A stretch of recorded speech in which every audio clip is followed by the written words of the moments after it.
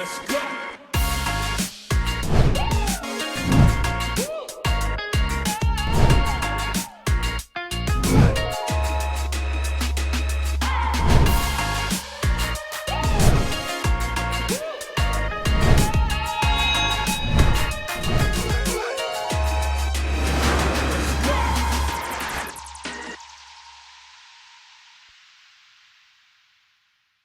Welcome to the Insights brought to you by AKPK, Financial Education and Wellbeing Research Centre, FEWRC. I'm your host, Nala Huda, and on today's episode, we'll be exploring the financial behaviour of micro-entrepreneurs, what drives their success and what perhaps holds them back. Micro-entrepreneurs are the backbone of Malaysia's economy, fueling innovation, creating jobs and uplifting communities. Yet, behind their resilience lies a tough reality. Poor financial management continues to threaten the survival of many micro businesses, from budgeting struggles to poor record keeping and limited access to reliable financial information.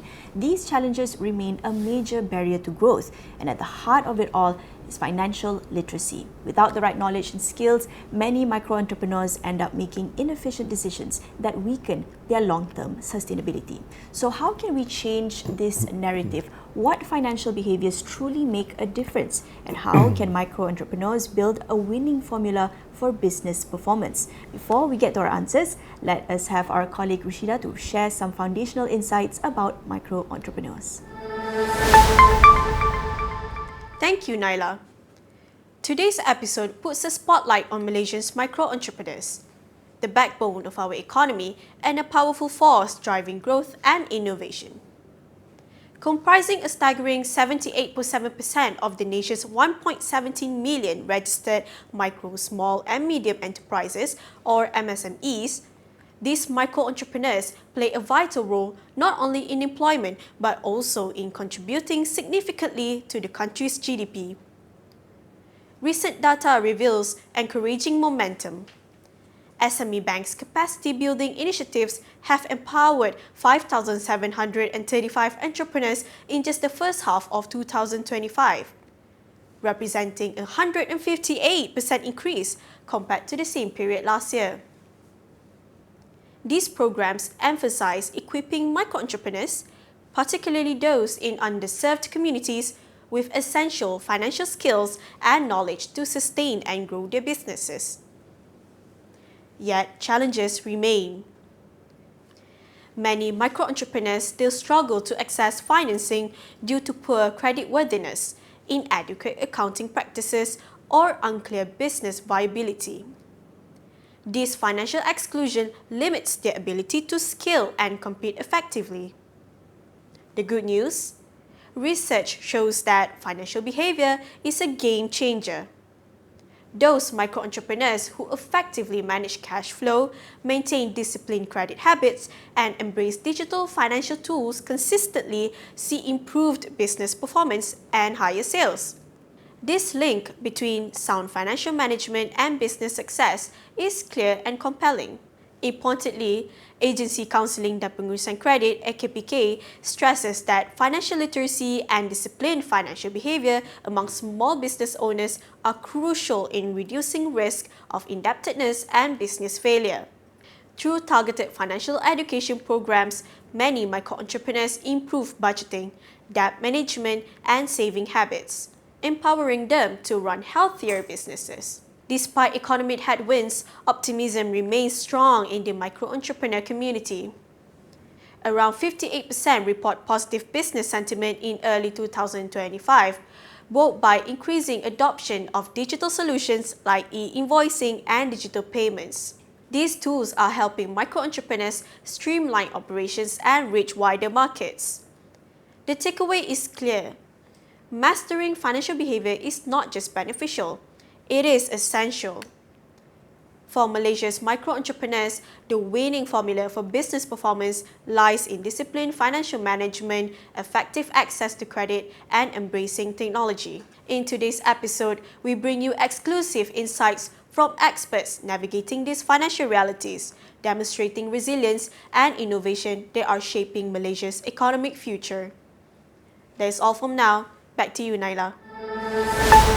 All right, thank you, Rashida, for the insights. And to take this conversation further, we are very honored to have with us today a highly accomplished entrepreneur and business leader, the founder and chairman of the Tandoor Food Industries, Dato Seri Abdul Malik Abdullah. Thank you so much, Dato Seri, for joining us today. How are you? Alhamdulillah, very good. Thanks for having me, Laila. Yeah, very pleased to have you here to share, of course, a lot of your extensive experience yourself. But first, before we get into the details, the nitty-gritty, we just want to frame our discussion and just have a bigger picture of what's actually happening. How would you describe the overall current financial behaviour of micro entrepreneurs in Malaysia? Basically, I think as a businessman myself, I started business rank and file, and when I started my business, I started with a shop lot.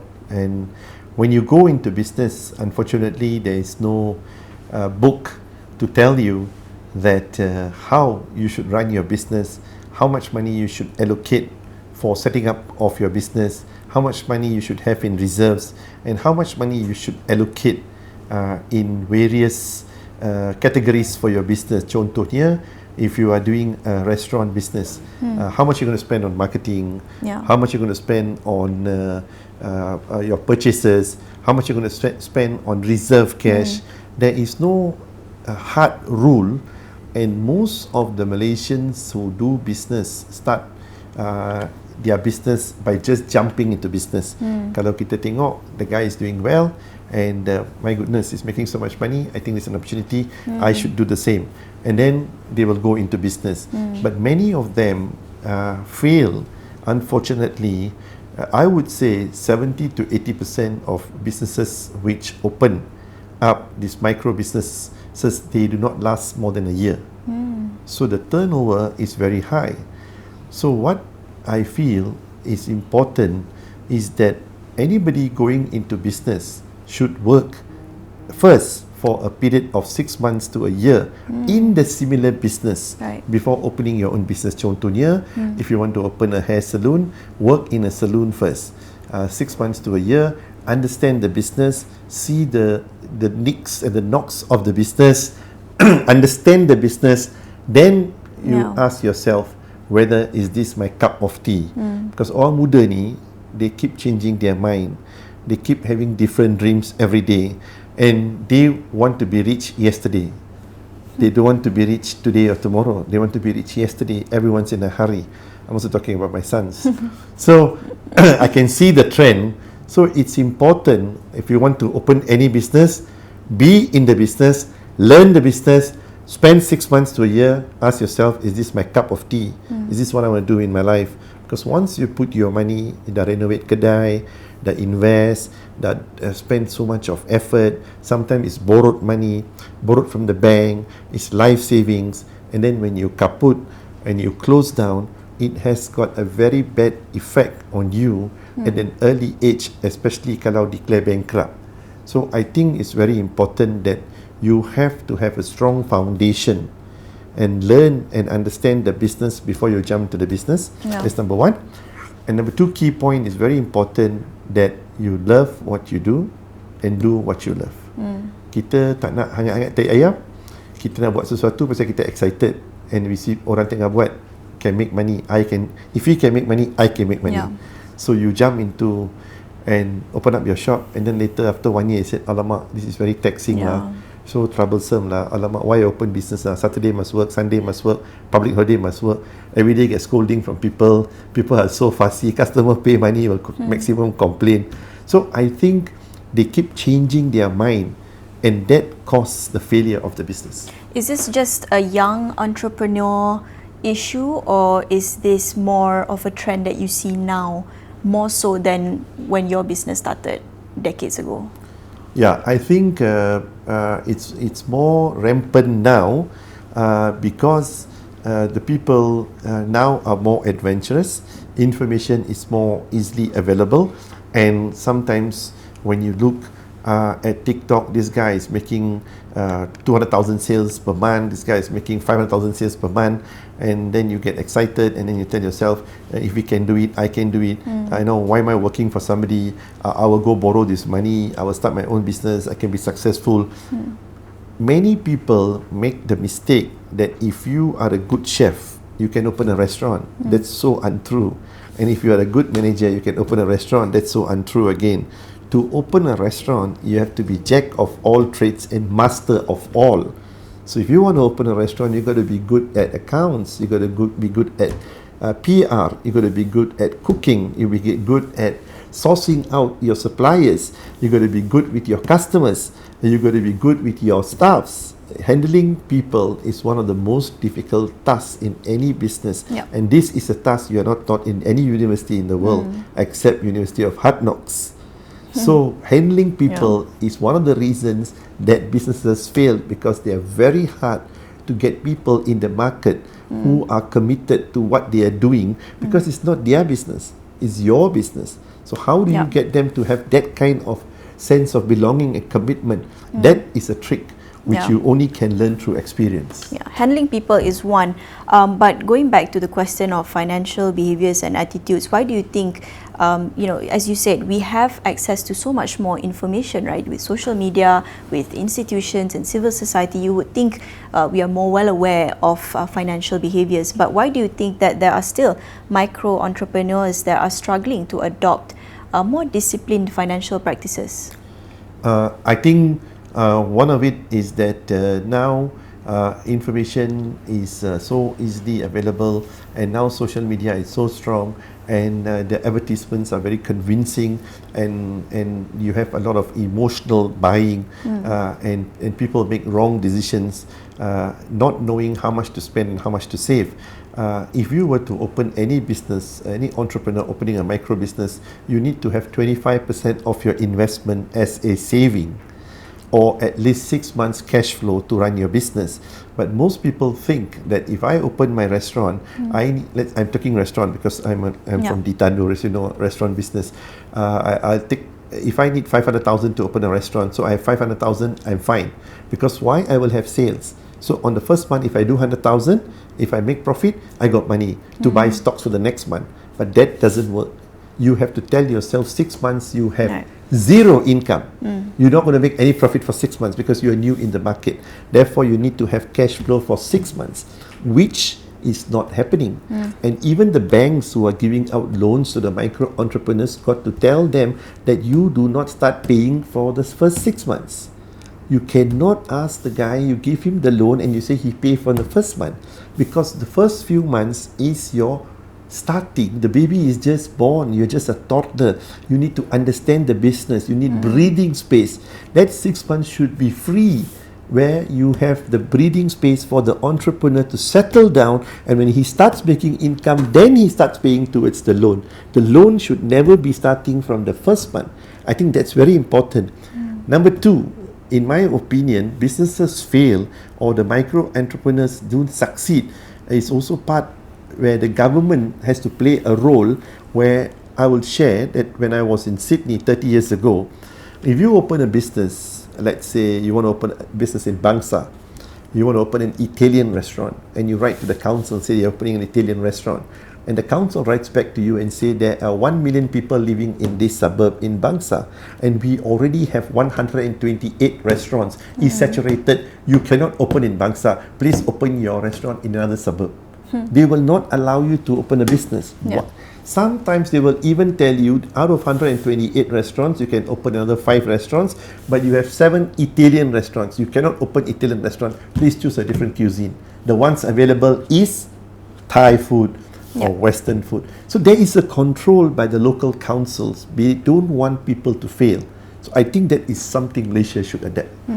I mean, it takes a lot to make a business work and to truly be successful. You've already pointed out it's not just about managing money, it's also about managing people, managing expectations, and being more disciplined and realistic, right? But returning to the question of having this smart financial mindset, or being smart about making financial decisions and having a positive financial behavior, how important is having this to a long-term sustainability and growth of a business? Right. I think financial behavior in the business, most people who run businesses, micro businesses, are not versatile or have experience in handling accounts. One of the weakest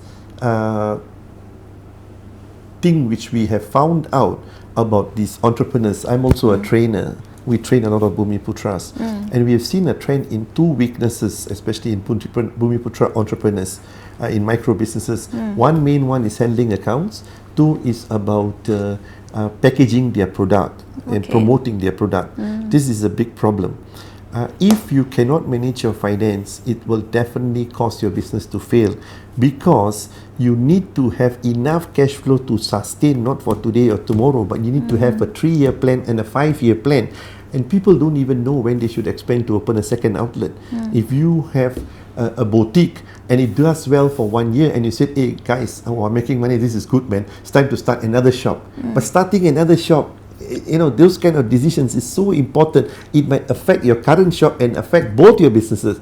So how you spend your money is very important, and my advice is always best to get a proper accountant or a financial advisor if you can afford one. Otherwise, at least a consultant. Consultant works on a short-term period who can help you to guide you through the business. Never be embarrassed to employ other people to advise you, because you cannot be good in everything. Yeah, it takes a whole team really. Now I think we've gotten the bigger picture, a general understanding of what's happening. Now we do want to take a closer look at some of the cause and effect of financial behaviors among micro entrepreneurs, but we're going to take a short break. We'll be back in a bit. Let's go.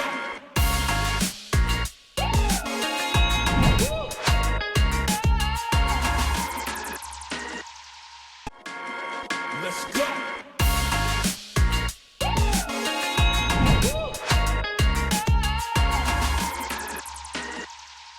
Welcome back to The Insights, brought to you by AKPK, Financial Education Wellbeing Research Centre, FEWRC. Now earlier, Dato Seri and I discussed the current state of financial behaviour among micro entrepreneurs. But now, Dato Seri, I'd like to know how these behaviours actually directly impact their business performance. From your experience, or maybe stories that you've heard from other entrepreneurs, what are some common financial habits or behaviours that you've observed among these micro entrepreneurs that could lead to poor performance, or even perhaps an entirely big failure for their businesses?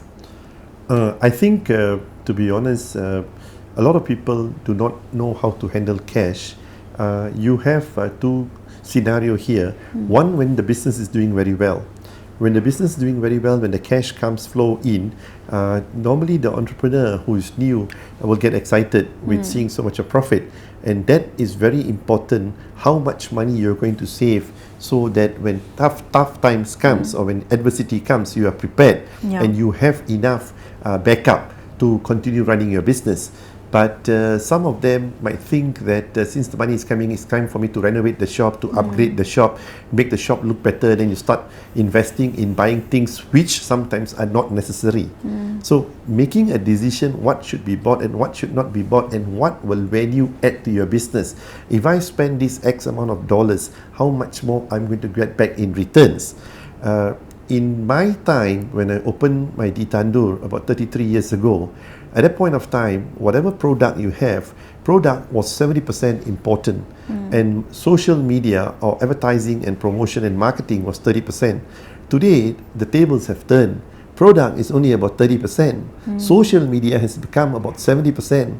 If you don't have your products in the market, if you don't follow the trend, if you don't have reviews, if you don't have your TikTok, if you don't have your Instagram, your shop is not going to go anywhere. Anything they do, the young generation, they are going to the phone and checking out what are the reviews. Do I waste my time seeing this movie? Do I go to this shop? Do I go to this restaurant? They depend on the social media. So as a businessman, you have to follow the trend. So how much money are you going to allocate from your budget per month towards social media? That's the golden question.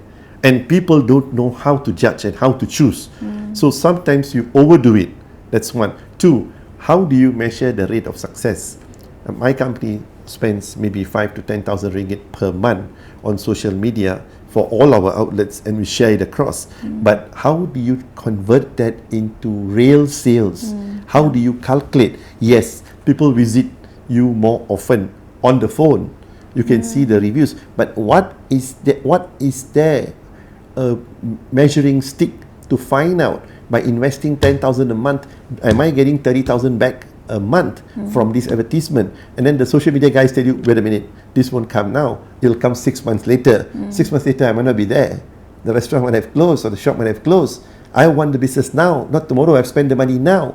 So it's very important how a single micro entrepreneur is going to make these decisions, especially when he's young and new. So these are very important decisions which you got to make, because if you overspend and if you can't pay your suppliers, then they will lose confidence in you and they will not want to supply, and once the word goes around, that will affect your image and your brand in the market. Salaries, if your staffs are not happy and if you are going to pay them late and not pay them and delay, they will lose confidence and their morale will be down. So all these are chain reactions. So I think, as I said and I repeat it again, for the entrepreneur who is going to start any business, it's very important for him to go for some basic education in that subject matter of running a business and acquiring experience 6 months to a year before opening the business. That is what I would advise, so that you know where to spend your money and when not to spend your money, and when to take a debt and when not to take a debt, and if you take a debt, will you be able to service the debt? That is also very important. You talk a lot about spending. Some might be unnecessary spending, and saving for adversity when it comes, saving for the rainy day. And I'm sure this must have been a tough lesson for a lot of micro entrepreneurs, especially during the COVID-19 pandemic. Did you perhaps hear or did you perhaps observe any of these financial behaviors becoming a lot more prominent during or was this a tough lesson really overall during the pandemic? I mean, COVID-19 came as a shock to the whole world, and no one was prepared for COVID-19. And COVID-19, people who have survived COVID-19 has become much more stronger and much more smarter, and a lot have become IT savvy too, because we had to go into digital, we had to go into working from home and serving food on the Grab and sending food to the houses, and many new things we did, which made us stronger, I would say. But COVID-19 saw a lot of businesses closing down, a lot of people being unemployed, and we, Tandur, had a different approach. We knew that we were going to be in trouble because we had about 100 people working for us, and I sat down and asked myself, what am I going to do? You know, how am I going to, if you get rid of the people, you'll never get them back. And they're all trained people, and they are sincere people, and people who have been with the organization for a long time. You've invested in them. Exactly, and you know, and to start out the whole thing again, it will be zilch. But then we ask ourselves the question that the police have to eat, the people in the radio station have to eat, the people in the hospital have to eat, and the people who are working in the fire engine have to eat. So we change our modus operandi and approach the police officers, because when they were at the police blocks, they had no access to food. So where are they going to go and get food? So we managed to tie up with the police in KL, with the AKPK, where we supplied food on a daily basis, and they distributed to all the police blocks, and that was like 3 meals in a day, and that saved us for 2 months, and we did a good turnover for 2 months, which kept our business sustained. But not everyone is that lucky. Of course, you need to have a brand, and you need to know people, and your product got to be good, and for you to be able to serve food in that quantity. So that's what I did. But I would say that a lot of people got into trouble because most of these micro entrepreneurs do not have savings. We looked at some of these poor financial habits, I guess we can say, but on the flip side, maybe you can also share perhaps cases where there's been this shift in financial behavior, maybe better budgeting, maybe some of the lessons that they learned during the pandemic or other adversities, separating perhaps personal and financial, business and money. Have you seen this turning a business around? Yeah, I think the trend is much more better now, with a lot of awareness campaign, a lot of effort by the government to train people. The Institute of Keusahawanan Negara under InScan is doing a marvelous job, and we have MARA Now they have 10 years ago, I would say 10 to 15 years ago, they started giving short courses to a lot of entrepreneurs in business, not only food business but in all businesses, and trying to help them. And these courses are short term, and we have this 4 months span where they take people like us to become coaches and go down to the businesses and help businesses to improve, and then monitor them for a 4-month period, and then come up with a result that when we joined the training, what was your sale, how many number of people were working. After 4 months, how much is your sale, how many number of people working, and there's a third one, how much have your costs been reduced in operations. So I think awareness is definitely more better now.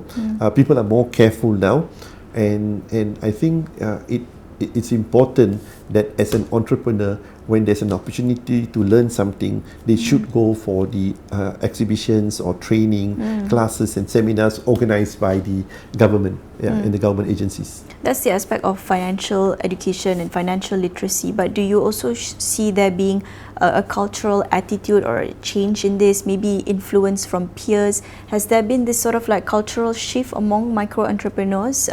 More discussion, more discourse about how to manage finances better? Yes, I think there is definitely an improvement. You can see businesses are run much more systematically than what it was before 30-40 years ago. And 30-40 years ago, I would say that even the government officers who were assigned to train these people were not as experienced, and their know-how was not as much as today is, because today's life is more challenging, and today's the officers are much more on the ground, and they're much more supportive of businesses. I think the government is playing a good role, and the entrepreneurs also realize that if you fail, it's going to be taking you backwards many years. First 10 years of my life running the Tandoor, I opened up my first restaurant at 22 years old, and I closed my first restaurant at 23 years old. And at 23 years old, I was already in debts for 148,000 ringgit. Took me nearly 5 years just to pay 148,000 ringgit. And I lost 10 years of my life just struggling to then come back to open the Tandoor. I had to go to Sydney, I had to migrate there to find money. I think as the micro entrepreneurs get more experience and they learn by rank and file, and then you get to improve, and you're more careful with the money you have in hand. And it's sad, because those days the thinking was, if you are in trouble, if business is down, the first thing you cut is your marketing budget. They always do that. They always cut the marketing budget, because you can't run away from the rental. You have to pay the rental. You can't run away from the salaries. You can't run away from the taxes. The only thing you can run away from is, okay, stop social media, stop advertising and promotion. And when you stop that, it brings your business further down, further down. So the guy sits down and thinks, what do I do now? I don't have money to advertise. But if I don't advertise, I don't get customers. So it's a decision which the entrepreneur has to take and has to make. I think we've talked at length about some of the challenges and the causes of these poor financial behavior among micro entrepreneurs. But of course, we want to hear some of the tips, what are the steps they can take to address these issues. So we'll take another short break, but we'll be back shortly. Let's go.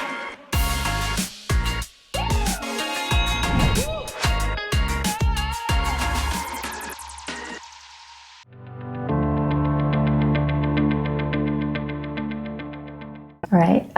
So from our Striving Digitally study, which really looks to understand the challenges of women entrepreneurs, we also ran the survey with more than 1,400 women entrepreneurs across Malaysia. And we found that most begin their journey relying almost entirely on personal or family savings. About 95% had limited engagement with formal financial institutions. Over time, their financial behavior evolves, mainly through experience or necessity. For example, as their business grows, they become more aware of the need to manage cash flow or explore external financing. However, based on our research, we also found that fear of debt and the complexity of loans procedures remain major barriers. So in fact, 68% of women cited these processes as a key challenge. What really triggers positive change is truly, peer learning, mentorship, and also exposure to reliable information. So whether through community programs or digital channels, when entrepreneurs see and learn from other experiences, they begin to build, greater confidence in managing and planning their finances more effectively.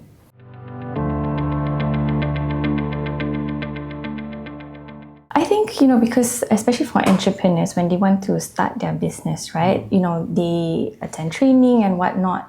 But I think what's truly valuable is learning from the experience of other entrepreneurs and learning from the sort of mistakes and challenges that they face. So I feel, apart from providing training, it should be complemented with also peer learning and learning from other people's experiences. I think that would make, the approach a little bit more comprehensive.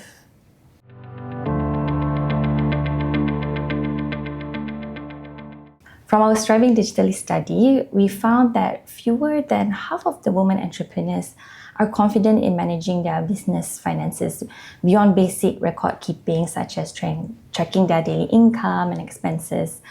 This gap in financial management skills often leads to challenges in budgeting, cash flow management, and reinvestment decisions, all of which are essential for business growth. Because of this, even entrepreneurs with strong products or even with market demands often struggle to access loans and grants as they lack the financial records or plans that formal institutions usually require. So the key takeaway is that, financial behavior is closely linked to business performance and resilience.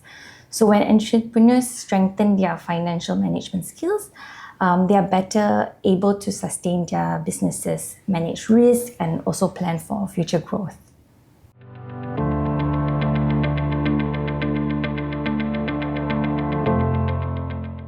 So what we've seen work best is a combination of education, connection, and mentorship, which is what we've built through Strivers Hub under the Mastercard Strive Malaysia program. So in terms of education, we provide bite-sized content on loan procedures, budgeting, and market awareness. In terms of connection, as I mentioned earlier on, we create peer learning spaces where entrepreneurs exchange experiences. In terms of mentorship, it also helps, builds the confidence and help women make informed financial decisions. So my advice to new entrepreneurs is simple. Start small, but start structured.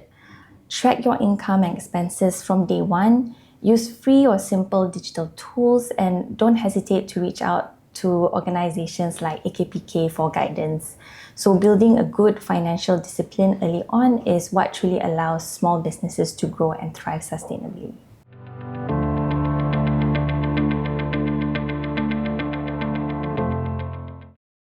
I think the number one important sort of requirement when you want to start or embark into business is to go in with an open mind and to be open to learning new things, right? You never know with the entrepreneurship journey. It's a long journey and it's a really challenging one. So with each sort of obstacles that you face, take it as like a learning opportunity to reinvent or revisit your business plan or revisit your financial management.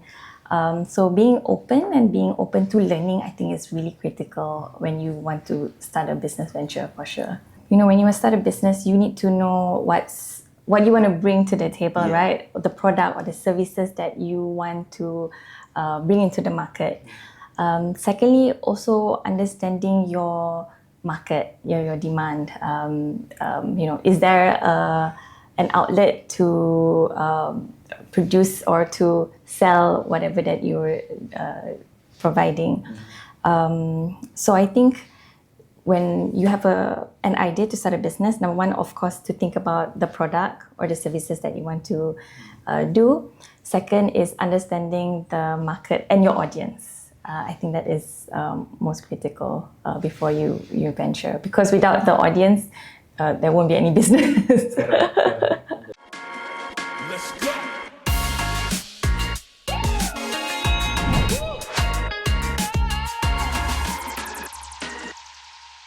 Welcome back to The Insights. We've talked about some of the challenges and causes of poor financial behaviour among micro-entrepreneurs, and still with me, Dato Seri.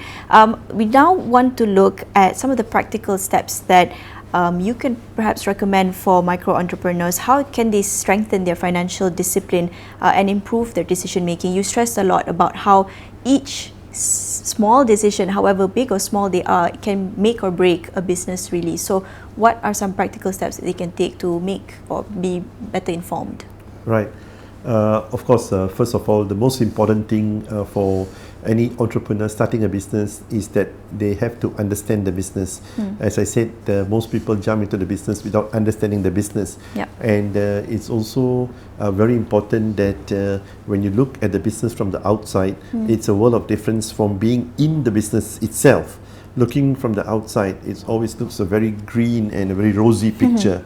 But when you go into the business, then you understand, oh my God, the reality is... The reality, because you think, I want to be my own boss, I can have a good life. I have friends who come and tell me, I've retired now, I'm 60, I plan to relax. I say, oh, fantastic, what's your idea? I think I'm going to open a cafe.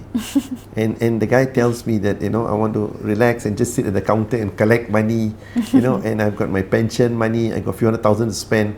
And they don't understand, To me, as a restaurateur for 40 years, I always tell myself one thing: if you have an enemy and if you hate that enemy, you don't have to do anything to him. Just ask him to open a restaurant, he'll die a natural death. That's what you tell. So you've never relaxed a single day in your life. Exactly. But then in my situation it's quite different, because I have a passion for my restaurant, and I still have it today. I have a burning passion for what I do, and I love what I do, and I do what I love. That is another tip which I mentioned earlier, that so if you are going to go into any business, you need to understand the business A to Z. You need to work in the business, for somebody else 6 to 12 months in the business to understand the business. Number 3, whatever investment you're going to put in the business, you need to have 25% of the total investment as standby cash before you invest. And number 4, if you're going to have a partner, whoever it is, if it's your friend or family, anybody, you need to have a partnership shareholders agreement with the person you're going to business with. Have it in ink. In ink, yes. More so if it's family. Many people think that, oh my God, this is my brother, man, why should I have an agreement? It's my uncle.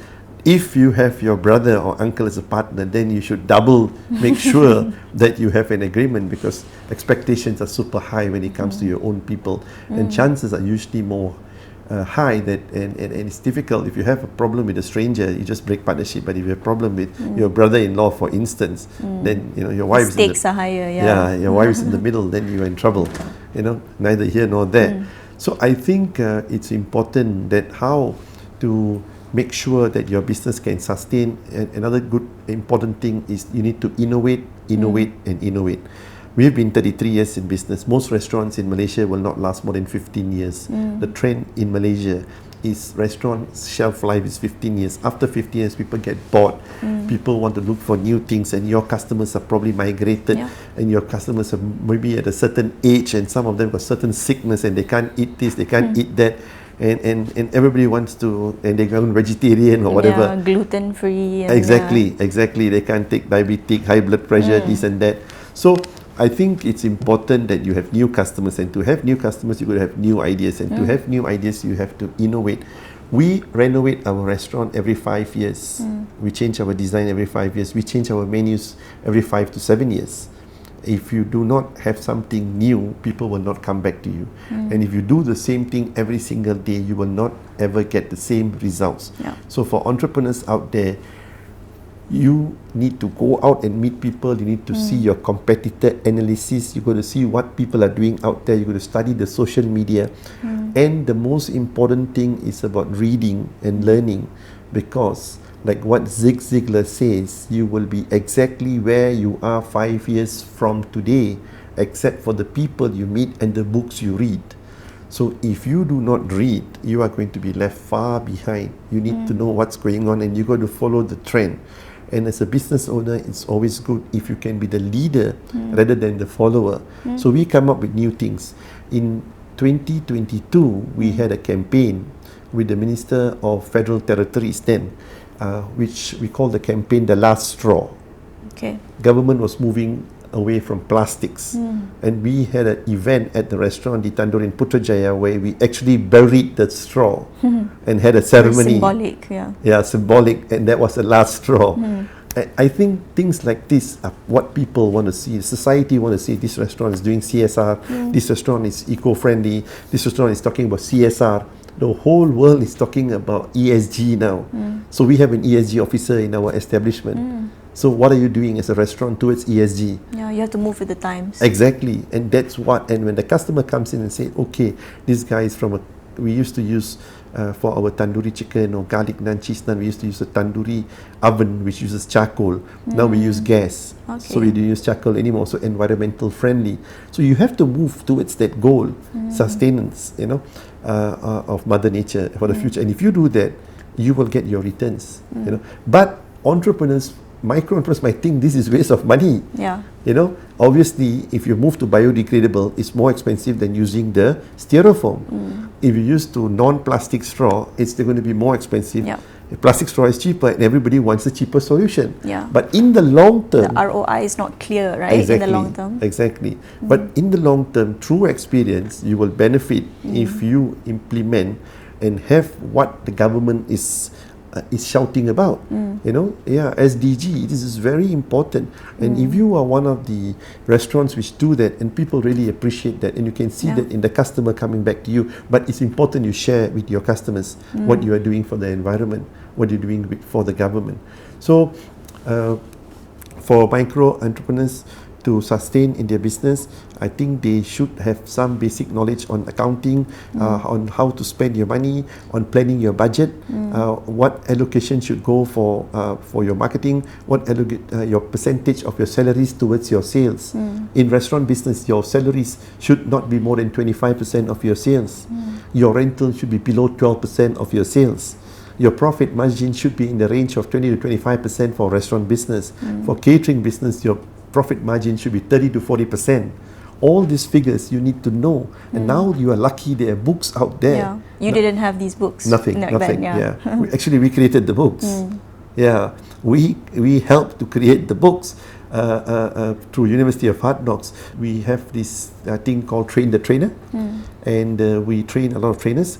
And our company called Hakim Academy has also trained university professors on the topic of how to prepare a module in today's era and how to deliver a module in today's era.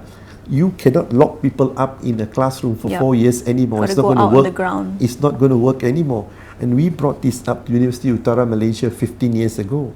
That you cannot lock people up in classes, and when they come out, you're producing graduates which are not entrepreneurs. You're producing graduates to work for other people. You're making them employees, not entrepreneurs. Then they came up with the concept of 2U, 2I. 2 years university, 2 years industry.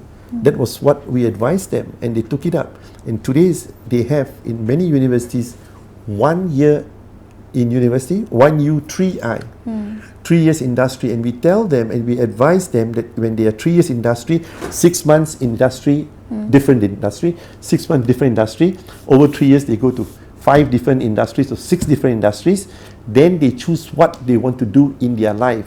Because most of the people, whatever they study in the university, 80 to 90% do not use what they study in the university in their real life. They do something else. So why pay so much of money and so much of time and your valuable age and study something which you're not going to use in your life at all? So we tell them, try to put them in different industries, go as interns or whatever, and learn and see they like this particular industry. Then when they graduate, they can either work in the industry or open a business in that industry. That's the direction we should all be going towards. No, a lot of really, really useful, helpful tips there. Thank you. But of course, it does get to a point where there's only so much the individual can do, the individual entrepreneur can do. But it takes a village, right? The ecosystem also plays a role at large. So you mentioned a little bit about universities, a little bit about the government. What role do you think should government agencies, financial institutions, and maybe even civil society, NGOs as well, what role can they play in nurturing this kind of financially responsible behavior among micro-entrepreneurs? I think one of the things which is important, we spoke during lunch just now with the CEO of AKPK, is that the approach of our government agencies and the banks and the lending agencies should be on a more supportive approach and a positive approach rather than a negative approach.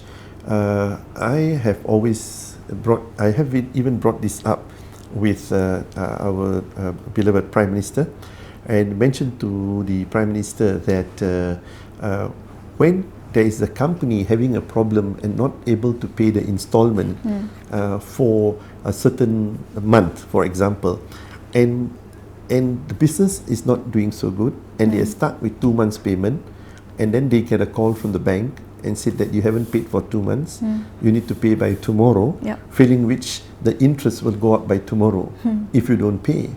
So the question we have here is that the guy is not paying because he's in trouble and he can't pay 2 months, and if you don't pay tomorrow, his installment or the interest is going to go up, which means the rate will go higher.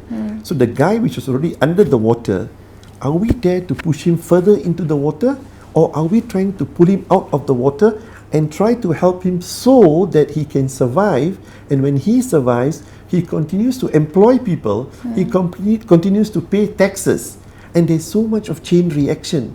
Why can't we think of a way and an approach to help the entrepreneur and how he can pay his installment, help him to pay his installment in ways and means of giving him a coach or have a counselor for him, or we can try to visit him or give him some leeway, then rather than giving him stress and giving him more pressure, and the poor guy can break down. And that's why today we hear that there are cases of mental health issues in the country is already going up to more than 30%. It's frightening, it's alarming, and I hope the figures are not right. That's what I hear. So I would prefer, as a businessman and as a Malaysian, that if we could look at the approach where we could help entrepreneurs in trouble by not threatening them and putting them deeper into the water, they might just say, okay, we can't pay, I may as well sell the business, or I may close the business, or the guy is not a fighter and he gives up. And when he gives up, it's not good for the government either, because we want success stories, we don't want failed stories, we want all Malaysians to thrive. So that will be my advice, if we can, to come up. It's easier said than done, but there could be a scheme we can do to help these entrepreneurs who are facing financial difficulties. There's sort of shift of mindset, right? Rather than just blaming the individual, we could gain a lot more by helping them. Correct. I mean, of course, the government is saying, okay, if you can't pay, then you come and see us and we restructure the loan. But then when you structure the loan, it's not actually helping. It only lengthens the life imprisonment. Earlier, you were imprisoned for 10 years. We are therefore helping you to put you in prison for another 5 years. You now pay your loan now towards 15 years. So in a way, that during COVID time, there was a lot of moratorium given. But the moratorium given, certain of it, we went and spoke to the government and asked for help, because the moratorium was dragged for more years, and the banks ended up getting more interest, and the person got into more trouble. When a moratorium period is 1 or 2 years, which means that 2 years should be holiday period, because it's unprecedented, and that's to give you a breather. So that 2 years should not be counted. And some of the banks did give that, and we were obliged and thankful to the government for that. But some didn't. So same scenario here. If we can help the entrepreneur, I think that'll be amazing, and the government will be really applauded. And at the end, I think long term, it will benefit the rakyat, the entrepreneur, and the government. Now, we are coming towards the end, but just taking into account everything that we've discussed, looking at trends and patterns of financial behavior among micro entrepreneurs, how do you see perhaps what's happening now, and then 5 or 10 years down the road, will current behaviors now impact the future of the broader entrepreneurial ecosystem in this country? It's quite a heavy question. I think as people grow wiser and people grow into the digital era, I think with the availability of more information, I think people are going to be more careful in spending. As we can see, there's a shift from the young generations, which now are not very much into buying properties. are not very much into buying their own car, and do not prefer to have monthly commitments for many years. The trend is shifting, whereby they prefer that if you don't buy a car, you don't have to maintain the car, you don't have to worry about parking, you don't have to worry, you just take a Grab wherever you want to go, and that could be more cost saving and time saving. And they want mobility, so they don't want to buy a house, so they can move everywhere whenever they want to move. So that it's moving towards that trend, and of course the government has to got to look into where are we going to go when we're preparing so much of housing for the future. And also the other trend which is worrying is that young people are now preferring not to get married, which is another factor which the government has to think about. Young people are not wanting to go to universities anymore. Nobody wants to continue going to universities, and that's also another thing which is alarming, because everybody will start earning money at an early age. So I think these are all a complex questions which are phenomena which are interrelated for us to shape our policies for the future. But having said that, I think people are more prudent and more careful now in spending. I feel if you were to compare in the past, because in the past knowledge was not so easily available, and now knowledge is much more easily available. I think people are more educated and more fearful of going into bankruptcy or making decisions which might impact their life for the future. That's my thoughts. No, thank you so much. I think you've shared quite a lot. Thank you so much, Dato Seri, for sharing your wisdom and perspectives with us today. It's clear that while these challenges exist, there are also at the same time immense opportunities, as you shared, to strengthen financial behavior among micro entrepreneurs, unlocking growth not only for their businesses but also for Malaysia's economy as a whole. And of course, to our listeners, thank you for tuning into this episode of The Insights, brought to you by AKPK, Financial Education and Wellbeing Research Centre, FEWRC. Stay informed, stay financially savvy, and we will see you next time on The Insights.